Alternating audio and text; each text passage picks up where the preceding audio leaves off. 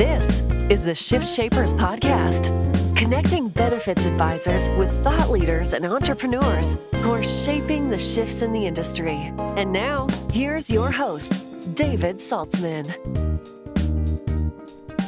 You know, we've had people allude on the program to the healthcare supply chain, but we've never really delved into it in detail and talked about what it is, why it matters to clients, and why it's important for the kind of experience you can bring to employees and the kind of results you can bring to a client.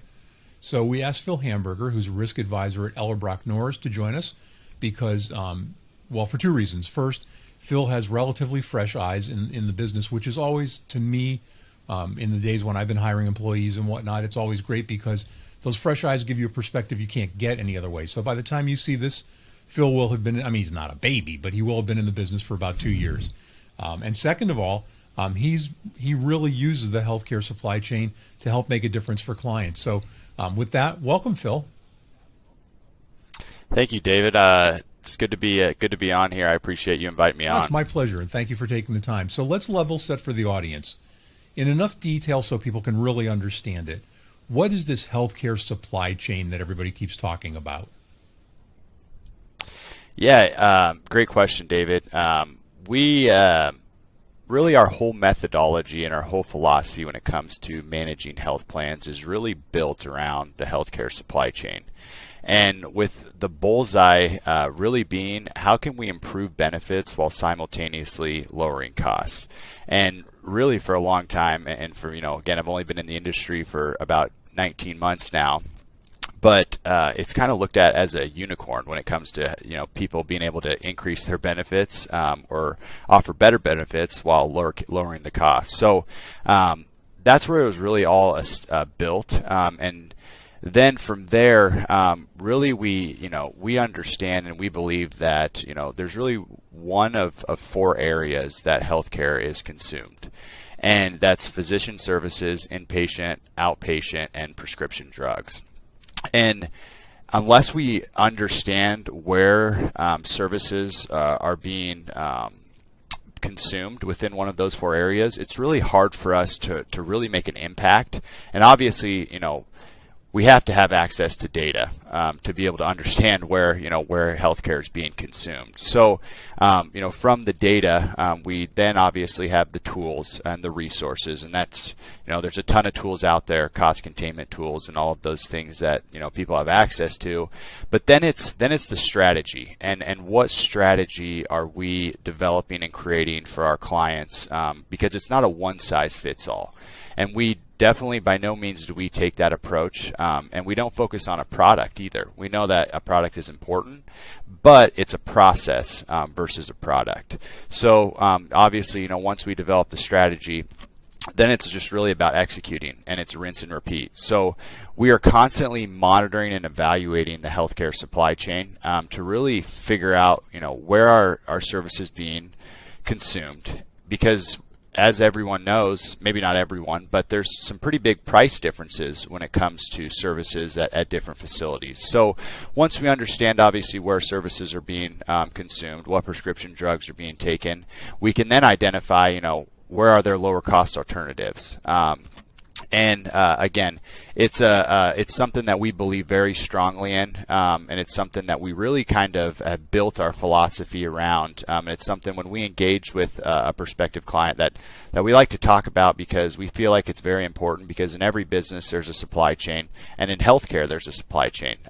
So that's really where the healthcare supply chain was kind of built within our model. And again, it's something that we believe strongly in, and it's something that we love to talk to people about. So is the healthcare supply chain just those 4 locuses of service that you're talking about? Is that what you mean when you say, I want to be crystal clear on this before we kind of dig in a little bit. Is that what you mean by the healthcare supply chain, or is it all of those things that you just enumerated? No, so it's those four components that I mentioned: physician services, inpatient services, outpatient services, and prescription drugs. And then the way that we have our sorry, my light turned off. The way that we have the actual image and supply chain graphic built is on the outer layer of those 4 components is where the data, the tools, the strategy, and then executing comes in. Okay. So that's kind of how it's built. But yes, you're correct on those 4 areas, being those 4 things that I had mentioned. So when you go and see a client, or a prospect, what's that conversation like? Because odds are that nobody's ever talked to them about this mythical thing called a healthcare supply chain.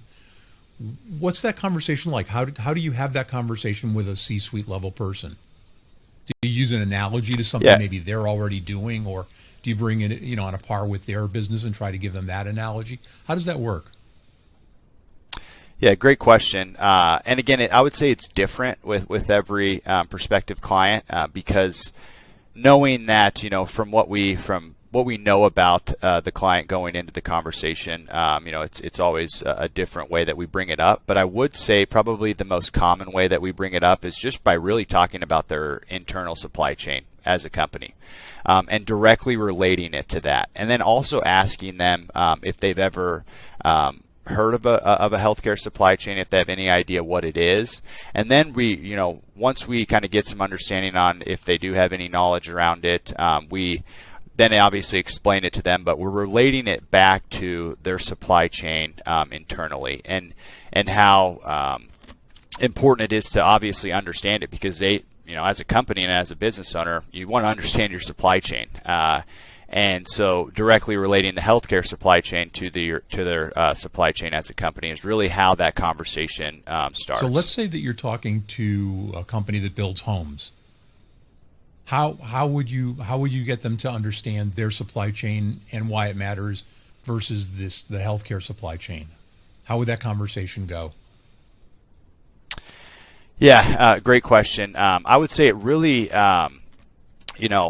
it kind of comes, first off asking them, how their supply chain is made up, and having a general idea going into the conversation obviously is important. But once they share with us, obviously they're buying their, where they're buying their materials, all of that, and how they went about evaluating, where to buy their materials from, is really, once we get a good understanding of that, and they can kind of wrap their head around, well, yes, we spent time on figuring out, where the lowest cost supplier was, who it was, and then directly relating that obviously to healthcare is really where, because again, obviously there's a difference in price when it comes to really anything that we buy, and a lot of people don't understand that that's the case when it comes to healthcare. So, I don't know if I answered that question great. No, you did fine. You did fine. I mean, I think because it's something that clients and prospects don't think about on the healthcare side. To the extent that they think about healthcare at all, except holy cow, this is expensive. It's great to be able to use an analogy to their business to say, well, the same thing exists over here. And the same way that being careful with your selection and what components you plug into your supply chain in your business can make a big difference in your costs and the quality of what you produce, it's exactly the same over here. And I think for a lot of advisors, that may be the challenging part, which is getting a client to open their eyes and say, this thing exists here, and it is analogous to what I do in my business, and I know why it matters in my business, so gee whiz, I guess it does matter on the healthcare side. How much data do you have to have from a carrier? Are you using this concept only in the fully insured, only in the self-insured marketplace, or also in the fully insured or in an ASO environment? Because I suspect that a lot of what you do in your analytics is based on data you receive on the population. Mm-hmm. Yeah, great question. And I would say that we use it across all financing mechanisms when it comes to the different ways to finance your health insurance. But I will say, obviously, when we have the data and knowing that unless a group's over a certain size, typically when a group is self-funded, they're getting more access to data. And the analysis that we're able to do is obviously those are much more in depth. But I will say in the fully insured market and groups that are fully insured, typically that conversation goes over a lot better with those groups, really because, we explain to them that, when an employee needs care, they're going in network. For the longest time, people are just told, well, go in network. Well, there can be a lot of different facilities and providers that are in network, but you're essentially giving your employee a company credit card, and you're saying, well, just go in network, and it doesn't matter what the difference in price is. Just at the end of the day, you want to go in network. So I will say that there are, when we do engage with a fully insured prospect or business owner, that conversation really starts to open up their eyes to, okay, that makes sense. It's an unlimited company credit card. Obviously they still have their deductible, they're max out of pocket, but from a company standpoint, there's really no incentive for the employee to find, and to do the research on where is the lowest cost facility, but also obviously taking in the quality of that facility as well. But yeah, I would say it goes across all financing mechanisms when it comes to health insurance. But a lot of the times when those fully insured prospects, it really starts to open up their eyes of, okay, yeah, you're right. It essentially is a company credit card, and we're just telling them to go and network. So how do you educate employees, especially it's got to be easier with having, a ton of data, but in those fully insured situations, how do you educate employees? Do you give them a set of tools that they can use to find, again, we deal with this inverse relationship in health care where, if you're buying a car, a more expensive car is usually a better car, but that's not the case with healthcare. It's actually inverse. So how do you message and how do you help employees understand this? Yeah, great question. And I will say that the most effective employee education that we have found is in one-on-one meetings. Now, we understand that in the times that we're in, obviously when everything kind of shut down, that changed the way that open enrollments were conducted, and that was a great time to sit down with employees. Now we obviously understand that with those larger groups, it's nearly impossible to sit down with every single employee one-on-one. So we did a lot of virtual calls with employees, and really just as a time to not only explain to them the resources that are available for them, but most importantly, educating them on what their benefits actually entail and how to best utilize their benefits. Because what I've seen, and I don't have a ton of experience, but I see it with even peers of mine, friends, family, is a lot of the times people just don't understand what their benefits actually entail. They look at the price, during open enrollment, and they go with the cheapest option. Or if they know that they have a major procedure coming up, they might go with the lowest deductible option. So it really comes down to educating the employees, obviously, during open enrollment, if we can get to them one-on-one. But throughout the year, what we've found to be kind of most beneficial and most successful is just consistent education. If that's an email, if that's a newsletter, we've even sent text messages where it comes from the company, but it's just a reminder. Hey, if they haven't signed up for example, virtual telemedicine, virtual care, telehealth, they just an email or a text message that sends them, hey, register for virtual telehealth. And there's a little link there that they can click on, because we found is once they register, they're obviously much more likely to use it. So just reminders, consistent reminders, and then the other thing too. We've had some construction companies that we've worked with where we posted things in the porta potties or porta johns, whatever you want to call them, just unique things to really just get it in front of them. Whatever way we can get it in front of them and know that they're going to see it consistently, that's really where we found the most success. And then also another great way to do it is by incentives, some type of incentive.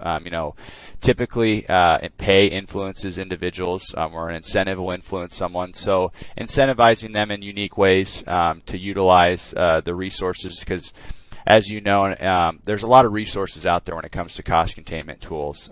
So whatever cost containment resource and tool that the group is using, just consistently getting in front of them as much as we possibly can. Now, so once you get your head wrapped around this and you help your client or your prospect get their head wrapped around it, does this lead to some unique product designs, or is it pretty much, the stuff we've come to expect, partially self-funded or self-funded, plug in a bunch of oddball best-in-class vendors, fully insured, do the best you can to educate them on the back end?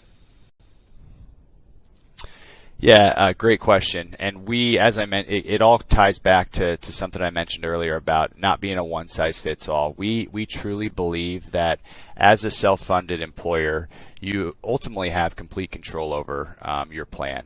And a lot of that starts within the plan document. And it's something that not a lot of people like to spend a lot of time on or think much about, but the plan document is such an important piece of the puzzle when we're working with a self-funded employer, because ultimately, as I mentioned, they have complete control.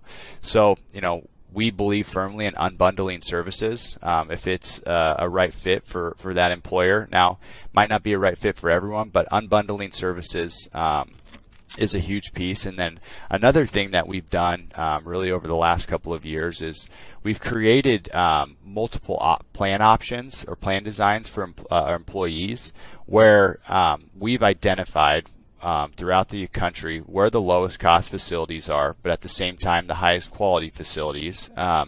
And we'll structure one plan design where if you utilize these facilities and these providers that we've identified, they might essentially get offered free health care.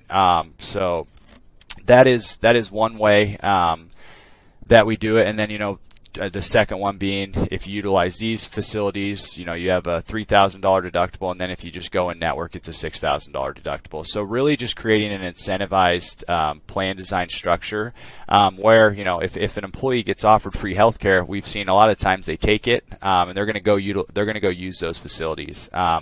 But we don't want to just make a plan design or a plan structure where we're forcing employees to go to these facilities, because ultimately it's still their decision. A lot of the times, they're going to still want to see their doctor.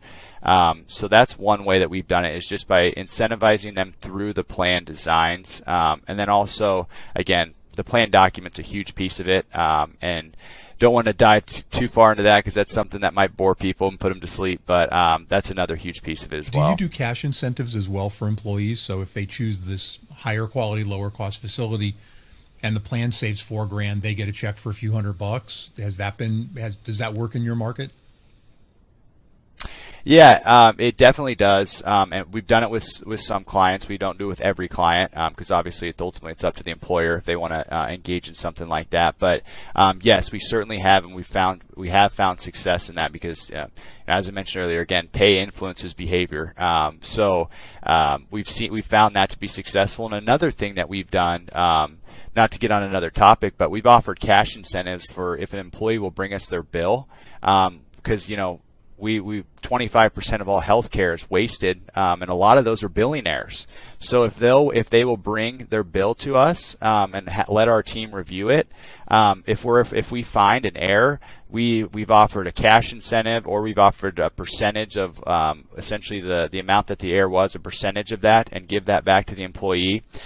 Which those are all just ways to ultimately we want to help employees and employers become better consumers of healthcare, and that is the goal, and that's what we strive to do when we engage and when we work with clients. So we've got a couple of minutes left. I'm curious, just on a kind of broader canvas, as a relatively new fella in the industry, what are the things that you found that surprised you the most when you first started digging in and getting a little bit under the covers? Well, I would say the first thing that surprised me was how difficult it is at times to really get the trust of a business owner or a prospective client, whoever it is that I'm talking to. And then also, I firmly believe in our philosophy and our process, and I believe that it's the best out there. I mean, I'm a confident person, and I'm confident in what I do. And So one thing that's really amazed me at times is when we have gotten the opportunity to present to a prospective client, and there's significant savings in there, and it's either there's some type of objection that essentially refrains them from moving forward with us, even though they understand it's the right move for their organization, and they see the value in it, and they know this is the way that they should go. But there's something that hinders them from moving forward. And in my mind, I'm thinking the value that it's providing to the employees, the money that it's saving, this is a no-brainer. But I've found how important relationships are. This is a relationship business. I'm learning that, and I've learned that very quickly. And I've also learned that at times, being a younger risk advisor has presented its challenges, especially when you are talking to those business owners that have been in business a long time. But again, I believe in what our message, our philosophy, and the more that I can get out there and tell it to prospective clients and just really share our message, that's really what I'm trying to do. And I know that over time, as I continue to build these relationships, eventually we'll get an opportunity. But that's probably the biggest thing. And then also just and it goes right along with how long the sales cycle is with a lot of these prospects is, it can be a long time. And I come from an industry where the sale happened in 45 minutes, and they were in and out. They either decided to purchase it or not, versus now where can be a long time before you actually get an opportunity or you actually get them to make a change. So those would probably be the two biggest things, which they kind of both go hand in hand. But yeah, that's definitely been a challenge. It's something I've had to teach myself, is just to remain patient, continue obviously to stay consistent with my activity and my daily tasks, and eventually those opportunities will come. It's a great business. For those of us who are on the kind of back end of a career, it's a great opportunity to make a very nice living and live the kind of lifestyle you want, but also keep in the forefront of your head how much good you do for folks. You sell them a product they really don't want to buy at a price they really don't want to pay until they need it, and then you're their best buddy. So you just got to keep the amount of good that you do in mind. Phil Hamburger, thanks so much for spending your time with us today and for sharing your insights. We appreciate it. Yes, thank you, David. Thanks again for having me on. I enjoyed it.